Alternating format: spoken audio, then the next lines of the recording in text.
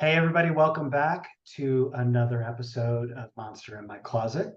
So, Morgan, are we scared or scary this week? We are scared and ready to make poor decisions because of it. I can't wait to see the poor decisions. Thelma and Louise going over the cliff. So, today, Exactly. right? So, today we're going to talk about how to navigate the nightmare of saying yes to everything.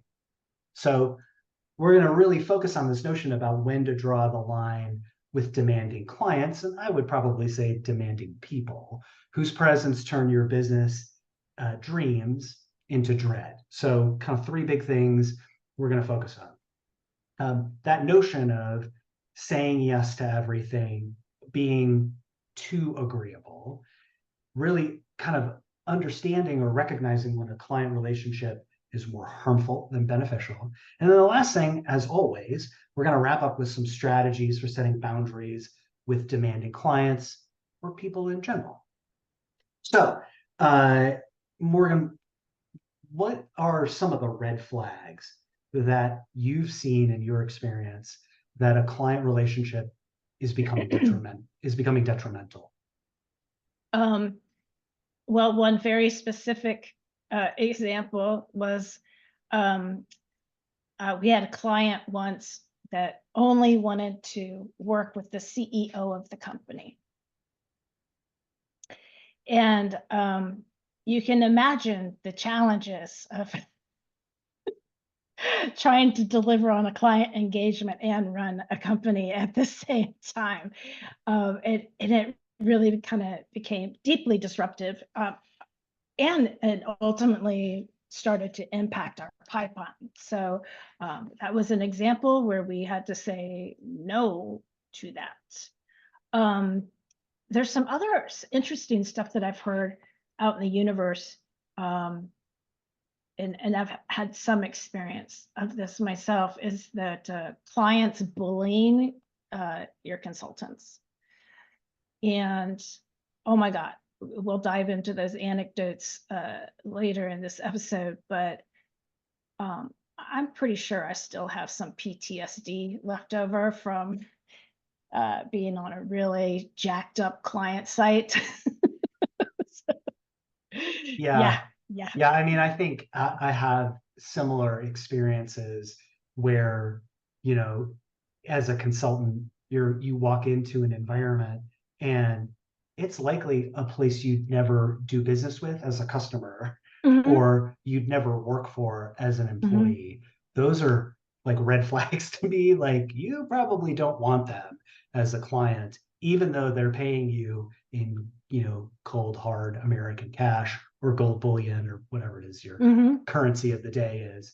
And I think the other kind of big red flag to me is when you've heard, there's two, when you've heard from other people that this group is hard to work with and Mhm. unrealistic.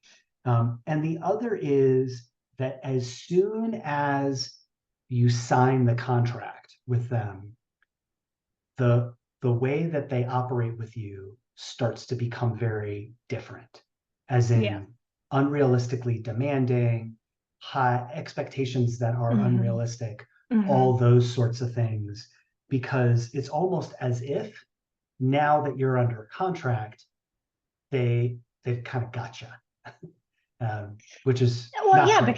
because they don't think you have the guts to leave. Yeah, That's why they feel like they can come at you like that. Is that yeah, you are too scared to leave. And that yeah. is exactly why we're doing this episode today. Yeah, yeah.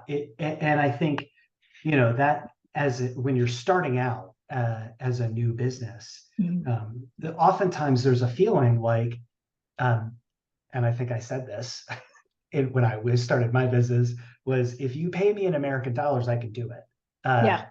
Right? Which is a funny thing to say, funny-ish, but it's not real, right? Yeah. Because that doesn't set you up for success. Um, so, are there instances that you remember about clients kind of becoming detrimental or becoming difficult to deal with? Yes. Yeah. Um, I went on site once with a client, and as soon as I showed up, I got pulled into a room by the first person who introduced themselves to me and said, "We just want you to know that there's some politics involved here." Okay. So I got an hour-long download of how dysfunctional the organization was. And I got introduced to the next person. The first person left, and that person said, "I just want to let you know there's a lot of politics here."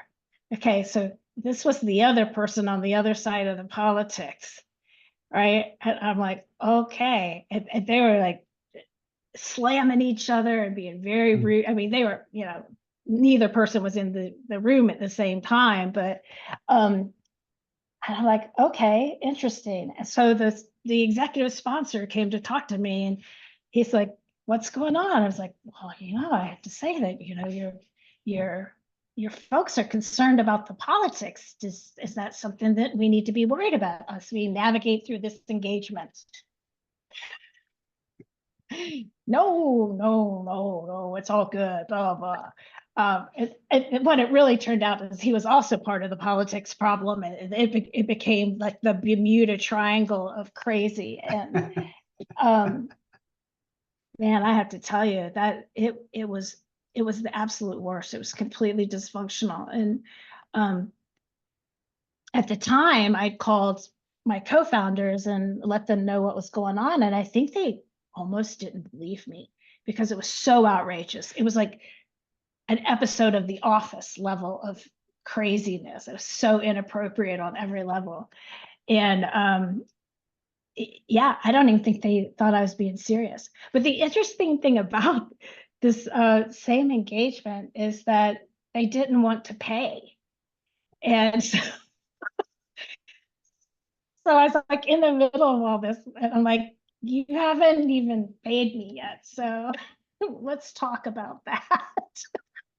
Yeah, And that's hard. it was awful. Yeah. And eventually we extracted ourselves from that relationship, but I really think it went on way longer than it should have, because it wasn't to the benefit of either us as the consultant or them as an organization. They just weren't in the right space to make it work.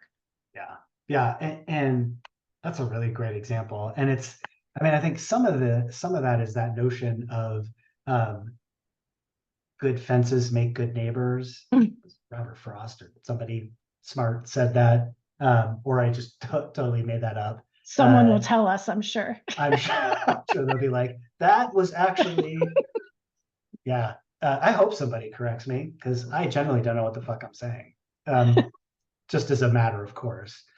Uh, so, I mean, I think that whole notion of making sure that on the front end you've got a pretty well established set of parameters, and Mm, that you kind of know, like, these are the things that I do, these are the things that I don't do, or my team does, or they don't do. And if it falls outside of that, we're not going to do it, because you're not paying us to do that.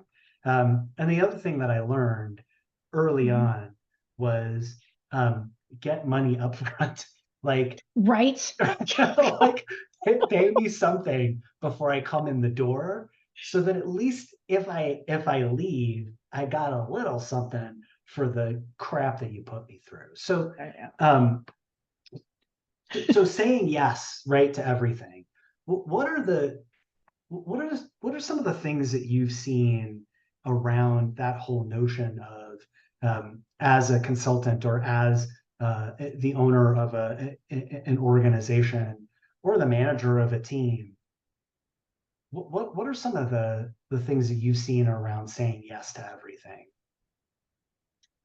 Well, it burns people out. I mean, um, uh, it's difficult also when if you say yes to stuff that's outside your specialty, then that means that your experts you brought on board to do what you do best are now doing something they don't do well.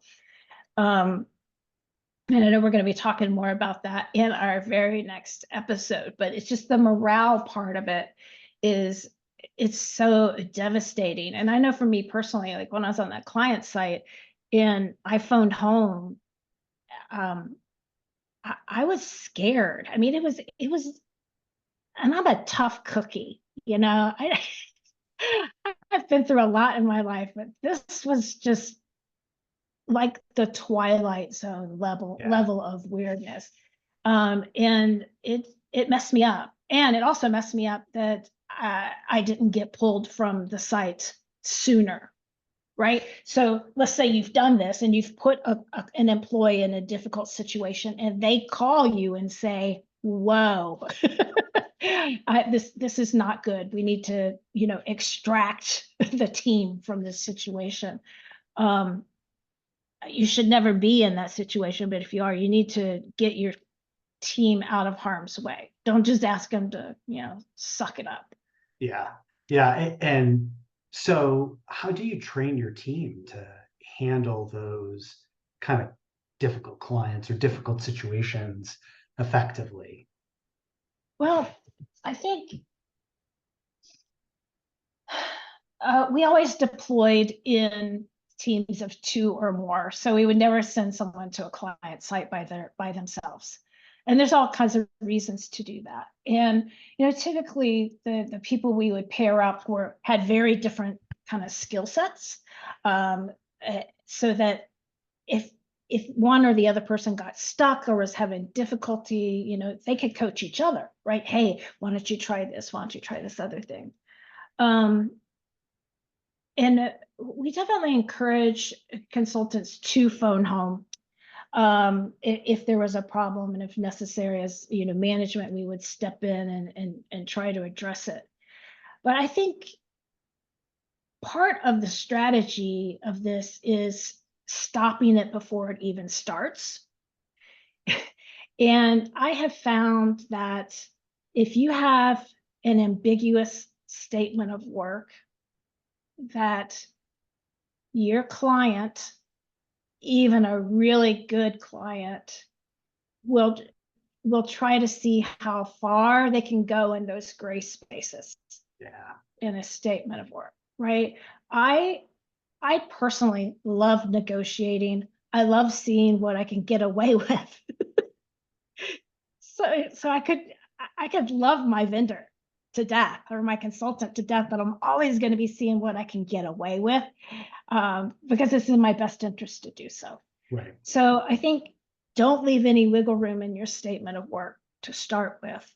And it may be good to even include in your statement of work what's not included in the engagement and some acceptable use policy is not what I've the word I want to use. But it's like here is how we run these engagements, and here is how we will respect you and you will respect our team. And if at any point we're not operating with professionalism and respect, we have the right to peace out, right?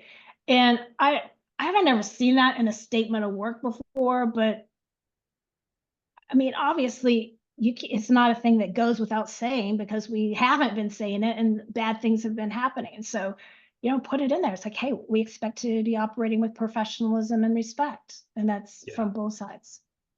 I think that's really, I love that as a notion to make sure that you kind of put that in writing and really make sure that you're training your team to understand that really clearly. Like this is what's in, this is what's out, and this is how to handle when you see these red flags. This is what you should do, right? You should phone home. You should, document it. You should whatever the steps are that you want them to take on. And I think to me, the other underlying thing is I have zero expectation of my team to take bullshit, right? Or Mhm. to be crapped on.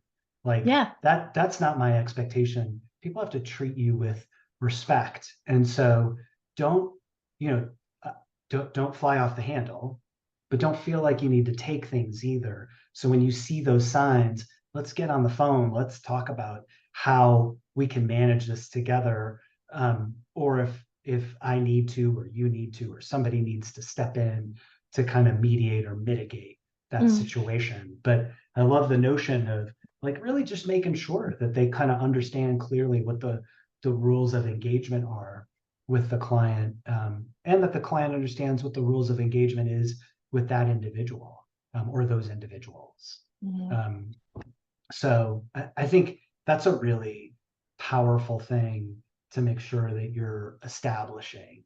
You ever been in a situation where you said no to something for a demanding client and something good came out of it, like something positive came out of it?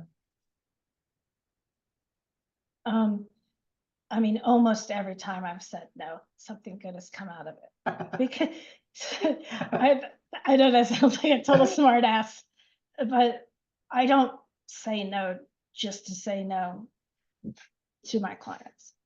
I say no because I can't deliver that thing with quality, or I don't have the resources, or I'm not an expert in that area, or saying yes would mean impacting other client engagements. So I feel like if you're coming at this from a good place, saying no is always going to end well. I think there is a method of saying no to clients, and that is I always used to say no and yes, right? Which is no, we can't do that, but we can do this other thing. Would that be okay? And you may have to go through that a couple rounds, right? Hey, no, we can't do that. We can do this other thing, but I want what I want, and I want it now. We can't do that, but we can do this other thing. I want what I want. I want it now. Like, look, those aren't the two choices. The two choices are actually what I suggested or nothing, right? So now that we understand our two choices, which one would you like? I remember when my daughter was younger.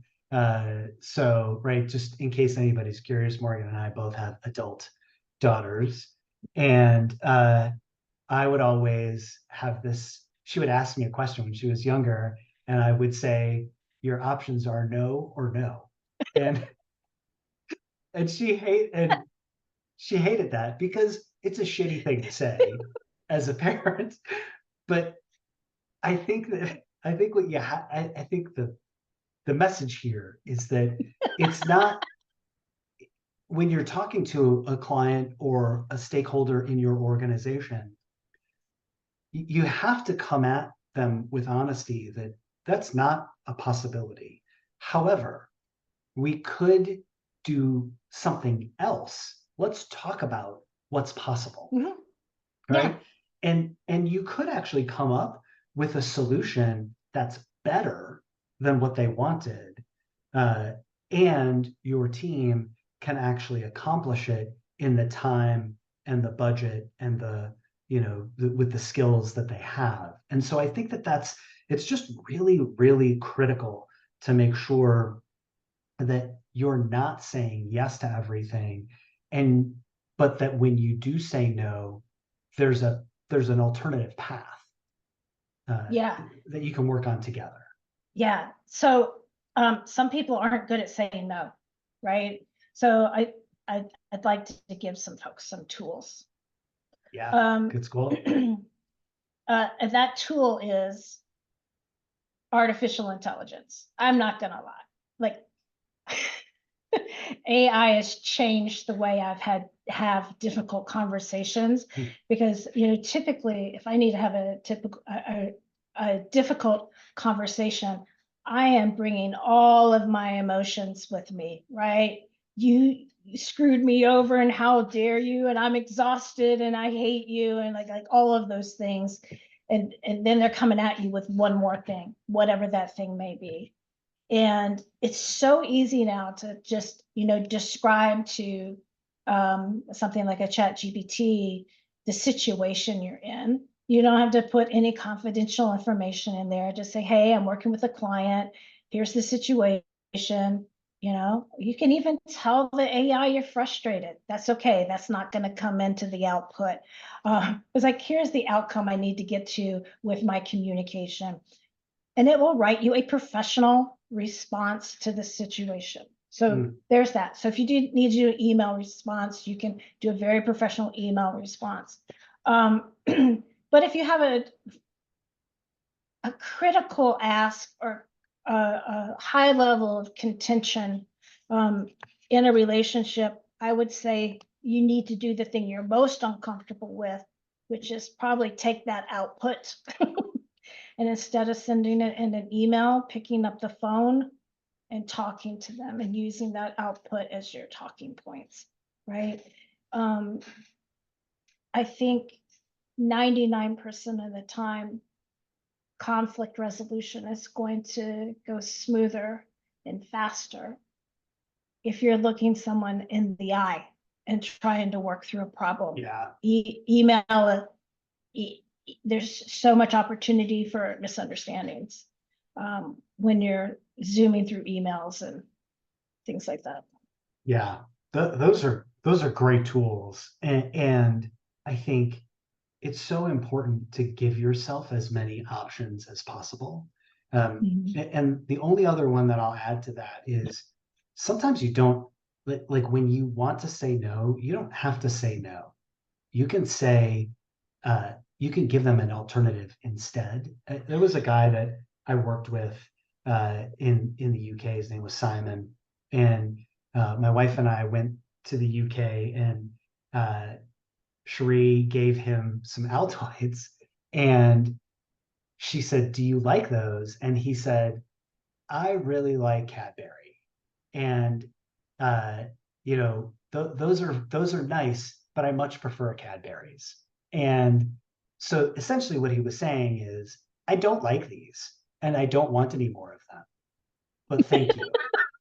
And he was saying it in the nicest way possible. And so I say that because I think, when you want to say no to something, you don't have to say like, no, I can't do that.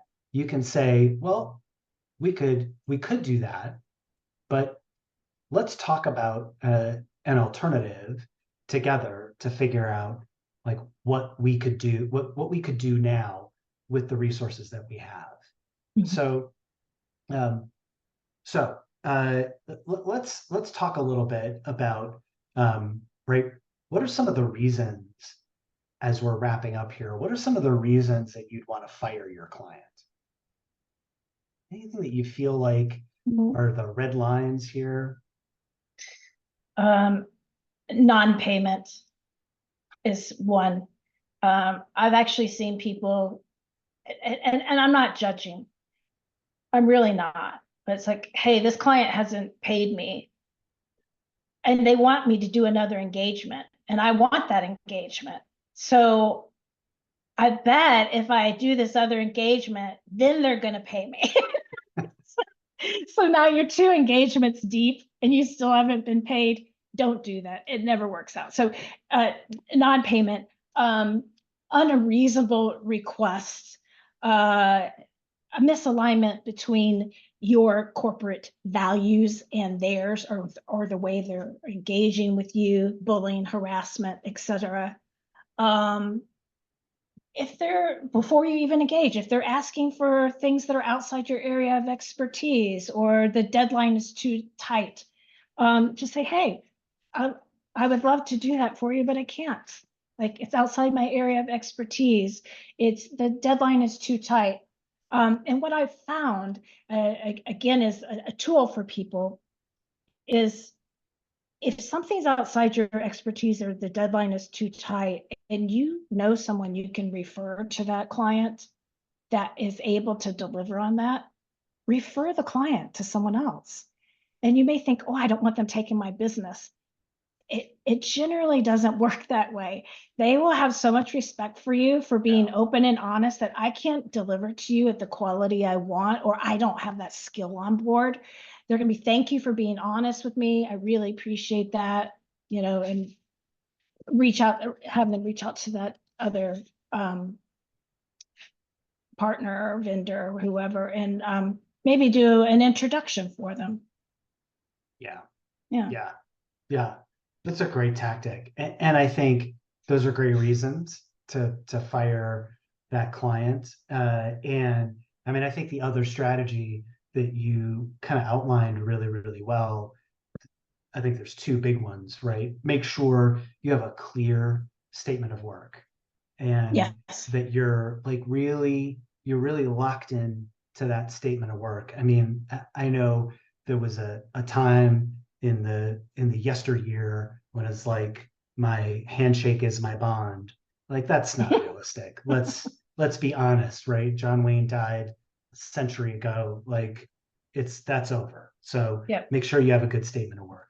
The other is, like you were saying, make sure that your folks, that the people who are representing you at the client, that they have a clear understanding of what's the protocol when Yeah. the client is Yes. not acting right, or Yep. they kind of get bad juju with the client, or they get a bad feeling, right? Mm-hmm. There's never an expectation that they need to take crap, right? The expectation is they're there to do a job. And so you want them to feel like they can pick up the bat phone and get on a 100%. call, right? Yeah. Yes.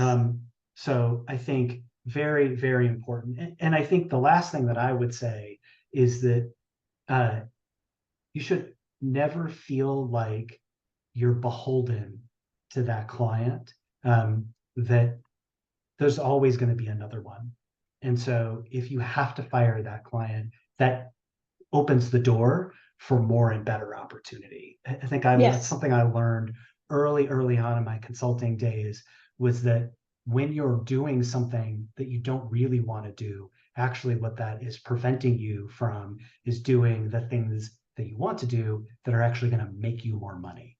And so I think that's just a really good lesson that you want to kind of embrace, as you're kind of thinking about going out and doing your own thing or working within an organization. So Yeah. cool. Yeah. 100%. Right on. Well, Morgan, thank you very much. I definitely feel much less scared today about this subject. Excellent. I still have all of the other phobias that I did before I came, but you're not my therapist, you're my friend. So, all right, everybody. Thank you so much for listening to another episode of Monster in My Closet, and we'll see you next time.